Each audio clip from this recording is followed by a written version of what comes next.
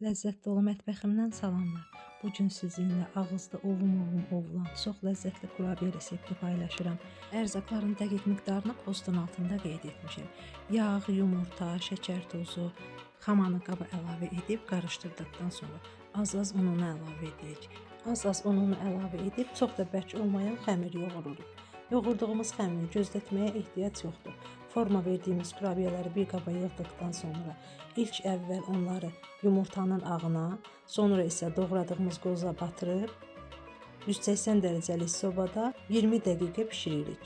Bu inanın o qədər ləzzətli olur. Mütləq hazırlayın. Həm hazırlanması çox asandır, həm də dadı möhtəşəm olacaq. Sizlər kurabiyəni hansı üsulla hazırlayırsınız? Mütləq şəklini rəy bölməsində bizimlə də bölüşün. Hazırlayacaq olan hər kəsə nuş olsun. Hələlik.